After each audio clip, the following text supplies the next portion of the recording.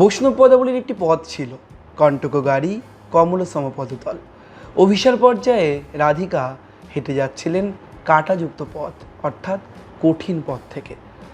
বেহালা পশ্চিমে তৃণমূল প্রার্থী রত্না চট্টোপাধ্যায়, তার পথ কতটা কণ্টকময় সে নিয়ে প্রশ্ন থাকবে, কিন্তু কোথাও গিয়ে গলার কাঁটা নিয়ে বসে থাকা অথবা কাঁটার মুকুট নিয়ে বসে থাকা নিদর্শন এবারের তৃণমূল প্রার্থী রত্না চট্টোপাধ্যায়।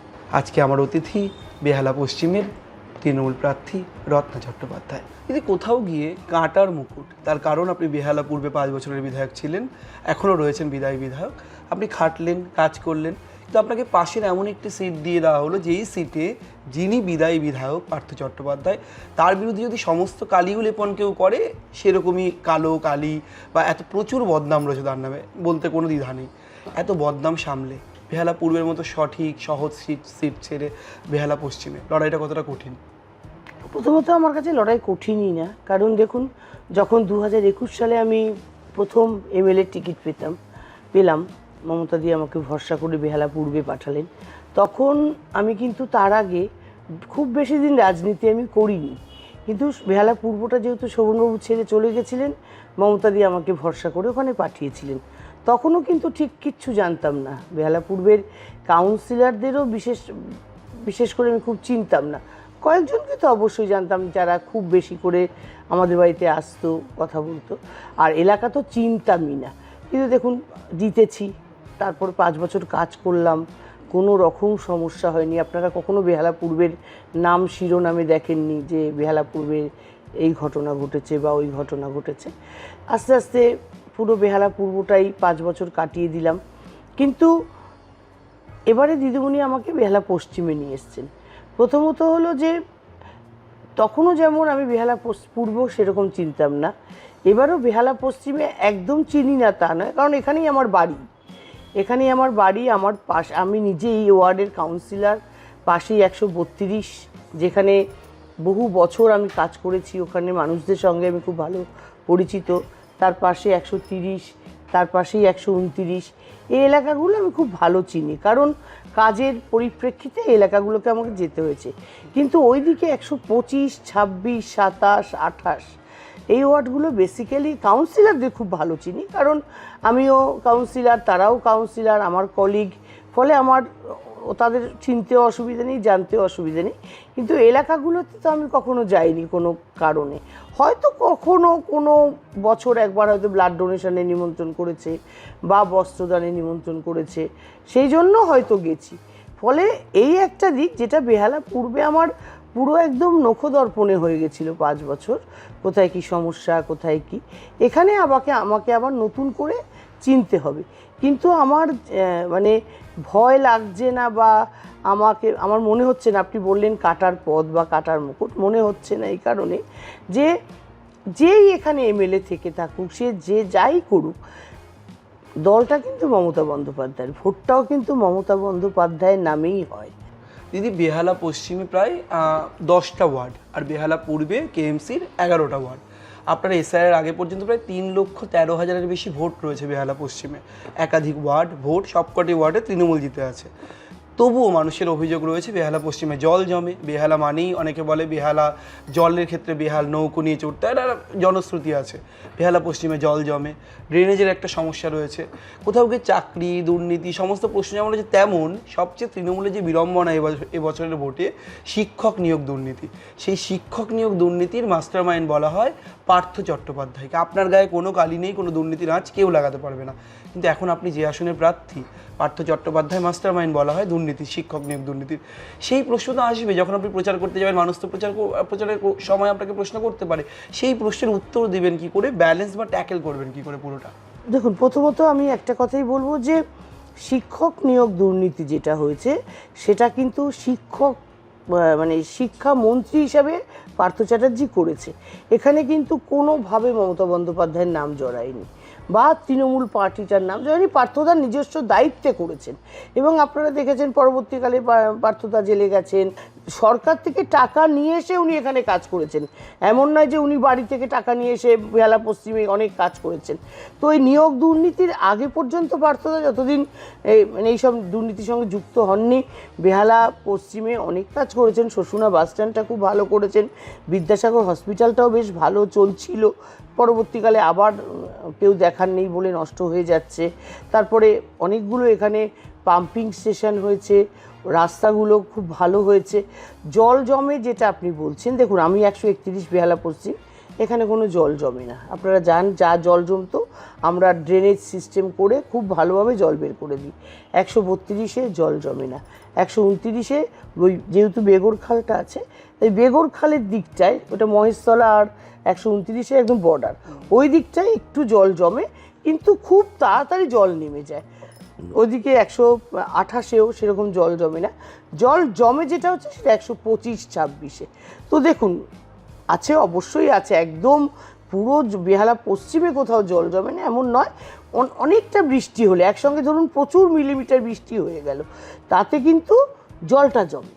জলটা জমলে আমরা পাম্পিং করে বের করানোর চেষ্টা করি, এবং আমি যদি এমএলএ হই আমি একটা পার্মানেন্ট ব্যবস্থা করার চেষ্টা করব, যাতে ওই এইদিকে যেমন জল এখন আর জমে না, ড্রেনেজ পাম্পিং স্টেশনের মাধ্যমে এখানে মণিখাল আছে, বেগর খাল আছে, দিয়ে বের করে দেওয়া হয়, সেরকমভাবে ওটাও আমি চেষ্টা করি। বিদ্যাসাগর হাসপাতালটা বলছেন আরও ভালো করে বিদ্যাসাগর হাসপাতালটা চালানোর ব্যবস্থা করা। বেহালা পশ্চিমের বিধায়ক আপনি হলে কি মূলত কি কি প্রায়োরিটির মধ্যে থাকবে আপনার, যে কোন কাজগুলো আগে করতে প্রথম হবে? কথা, বিদ্যাসাগর হসপিটালটা আমি অনেক মিডিয়াতেই বলেছি যে বিদ্যাসাগর হসপিটালটা একদম আমার ওয়ার্ডে লাগোয়া, তাই বিদ্যাসাগর হসপিটাল সম্বন্ধে আমি খুব ভালো জানি। ওখানে আপনি যান, এত পরিষ্কার পরিচ্ছন্ন, কোনো গন্ধ নেই, কিচ্ছু নেই, রুগীরা বেশ পরিষ্কার পরিচ্ছন্ন বেডে শুয়ে আছে, কিন্তু ওদের প্রচুর ইকুইপমেন্ট আছে। অর্থোপেডিকেরই অনেক ইকুইপমেন্ট আছে, কিন্তু অর্থোপেডিকে ডাক্তার নেই, অনেক সময় হার্টের ভালো ডাক্তার নেই। ফলে কী হয়, যখন হার্টের পেশেন্ট হার্ট অ্যাটাক করে নিয়ে যাওয়া হয়, প্রাথমিক একটা ট্রিটমেন্ট দিয়েই বলে চিত্তরঞ্জনে নিয়ে যান, পিজিতে নিয়ে যান, রেফার করে দেয়। আমি রেফারটা পছন্দ করছি না, কারণ কি, শুধুমাত্র বেহালার মানুষ কিন্তু এই হসপিটালটায় যায় না, বেহালা পূর্ব পশ্চিম মিলে একটাই সরকারি হসপিটাল, শুধু বেহালার মানুষ এটাতে যায় না, মহেশতলার মানুষ এখানে আসে, ডায়মন্ড হারবারের ওইদিকে আমতলা, পৈলান, জোকা, ঠাকুরপুকুর, পুরো এলাকার মানুষ এই একটা হসপিটালে আসে, প্রাথমিক ট্রিটমেন্টটা তারা পেয়ে যায়, কিন্তু তাদেরকে দীর্ঘস্থায়ী ট্রিটমেন্ট, আইসিইউ নেই, দীর্ঘস্থায়ী ট্রিটমেন্ট দেওয়ার মতন ব্যবস্থা এখানে নেই। সেগুলো হ্যাঁ, সেটা আমি চাই যে করতে, যাতে শুধু বেহালা না, এলাকার আশেপাশে যে সমস্ত বিধানসভা আছে সেখান থেকেও মানুষ এসে এটার একটা সুবিধা পায়। আপনি রাস্তার ওপার থেকে এপার চলে এলেন, বেহালা পূর্বে কাজ করলেন, শোভনদার পরবর্তী সময়ে আপনি সামাল দিলেন, এবং পার্থ চট্টোপাধ্যায় যখন জেলে ছিলেন তখনও বকলমে আপনি দুটো কেন্দ্রের বিধায়ক হিসেবে কাজ করতেন। সেখানে দাঁড়িয়ে বেহালা পূর্বের মানুষ, এত মানুষ, তাদের এক্সপেকটেশন নিয়েছিল আপনাকে মিস করবেন না তারা, বা আপনি তাদেরকে মিস করবেন না যে আপনার পুরনো কেন্দ্র আপনি হাতে করে সাজিয়েছেন বলছেন? দেখুন, আমি একটা কথা বলছি, সত্যি মিস করেছি। যখন নাম বেরিয়েছে বেহালা পূর্বের জায়গায় বেহালা পশ্চিমে, অবশ্যই মানে তখন খারাপ লাগছিল। কাউন্সিলরগুলোর সঙ্গে এত ভালো সম্পর্ক হয়ে গেছিল, ওখানের বহু মানুষ আমার কাছে আসতেন, সাহায্যের জন্য আসতেন, কাজের জন্য আসতেন, পার্সোনালি অনেকের সঙ্গে খুব ভালো সম্পর্ক হয়েছিল। মনে হয়েছিল যে আবার তাদের ছেড়ে আবার একটা নতুন জায়গা, আবার নতুন করে মানুষদের চিনতে হবে, আবার নতুন করে কাজগুলো জানতে হবে, আবার নতুন করে এলাকা চিনতে হবে। ওখানে যেমন বেহালা পূর্বে আমার সেই সমস্যা নেই, সবই চিনি, সবই জানি। হ্যাঁ, নতুন করে তো অবশ্যই মিস আমি করছি, কিন্তু দেখুন দল যা সিদ্ধান্ত নেবে সেটা আমাকে মাথা পেতে নিতে হবে। এবং আমার নাম এর আগেও অনেকবার বলা হচ্ছিল মহেশতলায়, আমার বাবা যেহেতু এবার বলেছেন ইলেকশনে দাঁড়াবেন না, সেক্ষেত্রে অনেকেই বলেছিল হয়তো আমাকে মহেশতলায় দিয়ে দেওয়া হবে, সেক্ষেত্রে আমার ভাইকে দিয়েছেন, অভিষেক ব্যানার্জি, ওইটা ডায়মন্ড হারবার কনস্টিটিউয়েন্সির মধ্যে পড়ে। অভিষেক আমার ভাইয়ের উপরই ভরসা রেখেছে। তো আমি তখন বলেছিলাম আমার কাছে বেসিক্যালি কেন্দ্র ম্যাটার করে না, আমার কাছে কাজটা ম্যাটার করে। মোটামুটি এখনো পর্যন্ত জয়ের ব্যাপারে কতটা নিশ্চিত আপনি? কারণ বেহালা বরাবরই তৃণমূল কংগ্রেসকে সমর্থন করেছে দুহাত ভরে, তাদের মানুষের এক্সপেকটেশন রয়েছে, বেহালা পশ্চিমে পার্থ চট্টোপাধ্যায় ইস্যু রয়েছে, সব মিলেমিশে এখনো পর্যন্ত আপনি কত জয়ের বিষয়ে আমি একদম 1000% কেন বলছেন? কারণ আমি বললাম তো যে বেহালা এমন একটা জায়গা যেটা 1984 সালে মমতাদি যখন প্রথম সাংসদ হন, যাদবপুর কনস্টিটিউয়েন্সি ছিল, যাদবপুর লোকসভা কেন্দ্র ছিল, তখন এখান বেহালা পূর্ব পশ্চিম যাদবপুরের মধ্যেই ছিল, এখন কলকাতা এখন দক্ষিণ কলকাতা হয়ে গেছে। তখন থেকে মমতাদি বেহালার প্রতি না ওনার একটা আলাদা আবেগ আছে, ভালোবাসা আছে। উনি দেখবেন যে কোনো ইলেকশন, লোকসভা বলুন, পৌরসভা বলুন, বিধানসভা বলুন, লাস্ট প্রচারটা বেহালা চৌরাস্তায় করে উনি ঘরে ঢুকে যান। ওটাই ওনার লাস্ট প্রচার হয়। বলেন, উনি মঞ্চে থেকেই বলেন, বেহালার মাটিকে প্রণাম করে আমি ঘরে ঢুকি। ওনার কাছে হয়তো এটা পয়া, কারণ সত্যি সত্যি বেহালা পূর্ব পশ্চিমের মানুষ মমতাদিকে অত্যন্ত ভালোবাসেন, নিজের ঘরের মেয়ে মনে করেন, এবং মমতাদিকে আজও পর্যন্ত বেহালা পূর্বে একবার দুবার হারলেও বেহালা পশ্চিম কিন্তু বরাবরই মমতাদিকে আশীর্বাদ করে গেছে। আপনার প্রতিপক্ষ হিসেবে বিজেপির তরফে দাঁড়িয়েছেন ডক্টর ইন্দ্রনীল খাঁ, তিনি চিকিৎসক।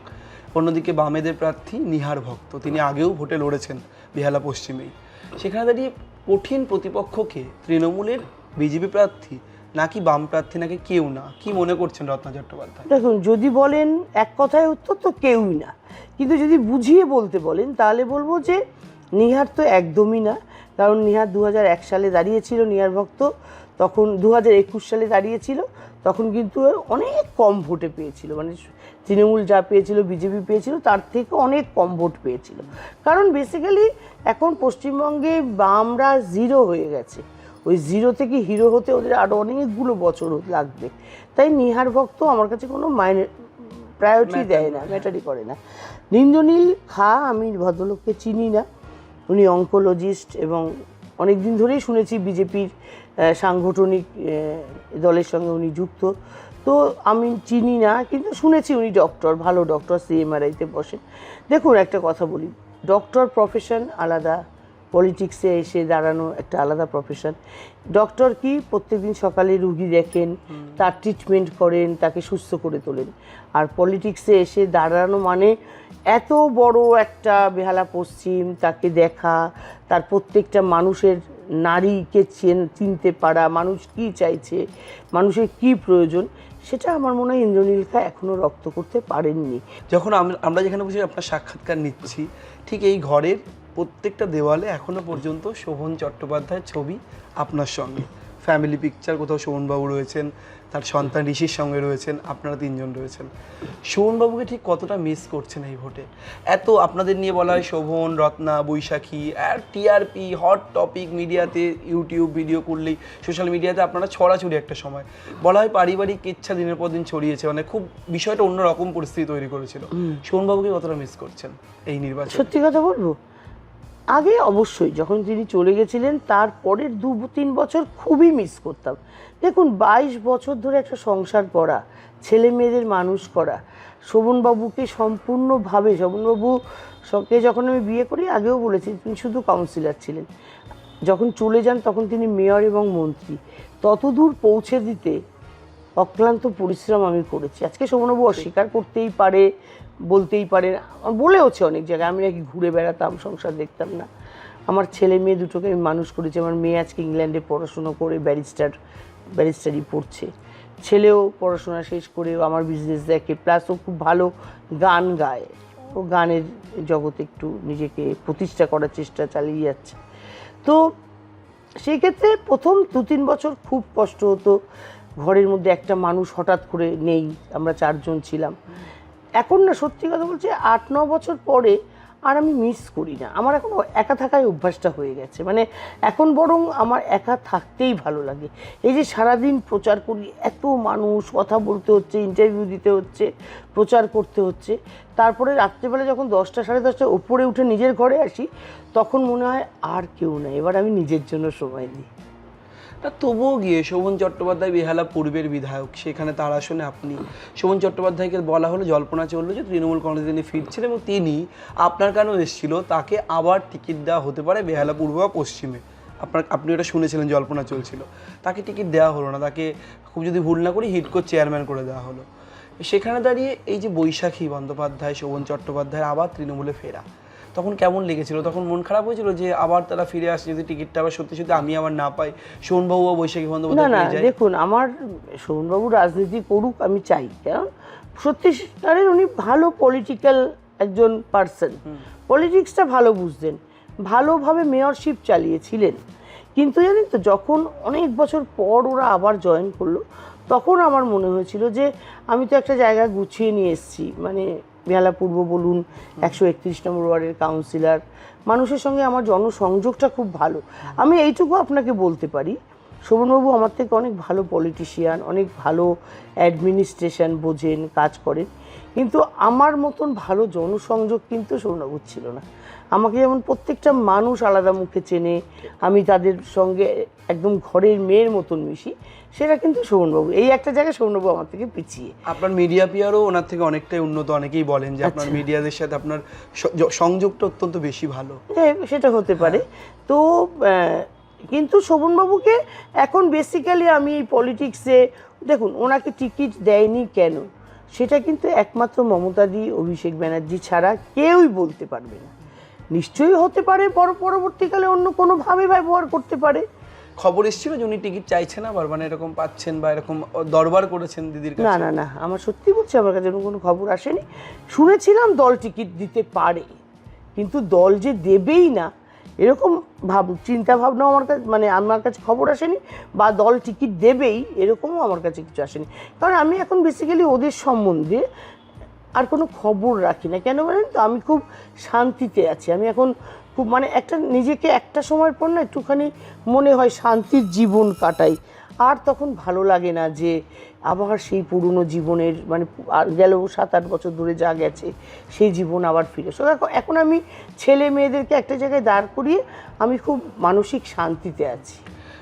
আমি একেবারে যেতে যেতে একটু জিজ্ঞাসা করবো, আপনি কিছুদিন আগেই বলেছিলেন যে আবার যদি শোভনবাবু ফেরেন আপনার মামলা জেতার পর, তাহলে আপনারা একেবারে দুহাত ভরে তাকে আমন্ত্রণ জানাবেন বা তাকে জায়গা দেবেন আবার নিজেদের সংসারে। এটা এক। দুই, আপনার নির্বাচনী প্রচারে কি কোনোভাবে শোভনবাবুকে আবেদন করার বা কোনো কিছু ভেবেছেন, নাকি এরকম কোনো চিন্তাভাবনা আমাদের সত্যি সত্যি আপনার মধ্যে নেই? প্রথম কথা হলো, দেখুন আজও বলছি, যদি শোভনবাবু চলে আসেন, কখনো মনে হয় যে না আমি আগের জায়গাতেই ভালো ছিলাম, চলে আসি, আমি ছেলে বউ নিয়ে সংসার করব, একদম এখনও 24 ঘন্টা ঘরের দরজা খোলা। কিন্তু আমি আপনাকে তো বলছি কথা, উনি সঙ্গে সঙ্গে মিডিয়াকে ডেকে হয়তো উল্টো কথাই বলবেন। উনিও বলতেই পারেন যে আমি ফিরবো না, আমার মৃতদেহ যাবেন, এসব বলেন তো কথা। কিন্তু আমি আজও একই জায়গায় দাঁড়িয়ে আছি যে উনি যদি নিজে ফিরে আসেন, মনে হয় ভুল করেছি ফিরে যাই, একদম স্বাগতম। 24 ঘন্টা ঘরে, দেখুন আমার যদি মনে সেরকমই থাকতো, আপনি নিজেই বললেন ছবিগুলো দেখছেন, আমি খুলে ফেলতাম।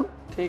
নিচের ঘরে যে ঘরটা, একটা ঘর পুরো শোভন চ্যাটার্জির ছবি দিয়ে সাজানো, এখনো উনি যা যা পেয়েছিলেন ওই সব মেমন্টো টেমন্টো সাজানো, আমি কিন্তু একটাও সরাইনি, সরিয়ে আমার ছবি লাগাইনি, আপনি দেখেছেন। অতএব আমার মনের মধ্যে ওনার সম্বন্ধে এখনো অবধি কোনো মানে খারাপ কিছু নেই যে না এগুলো সরিয়ে ফেলা উচিত, দেখবো না, চোখে দেখবো না, চাই না, এরকম কোনো ব্যাপার নেই।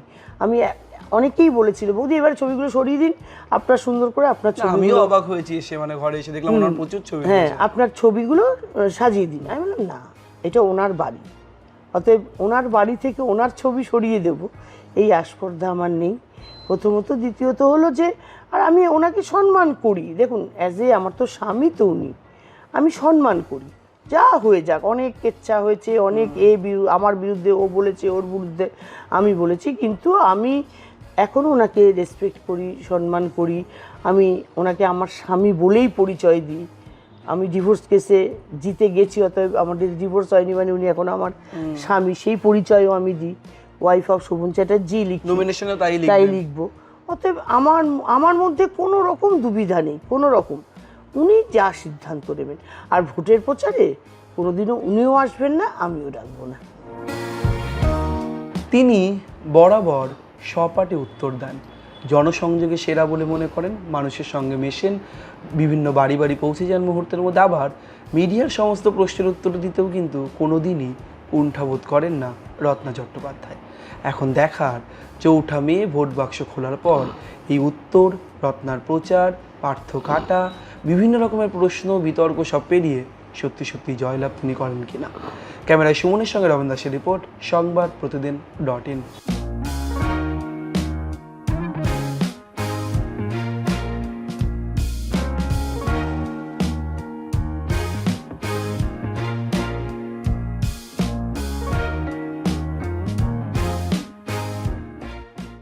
এবারে ভাই ভোটের লড়াই এই এখানেই দেখবো।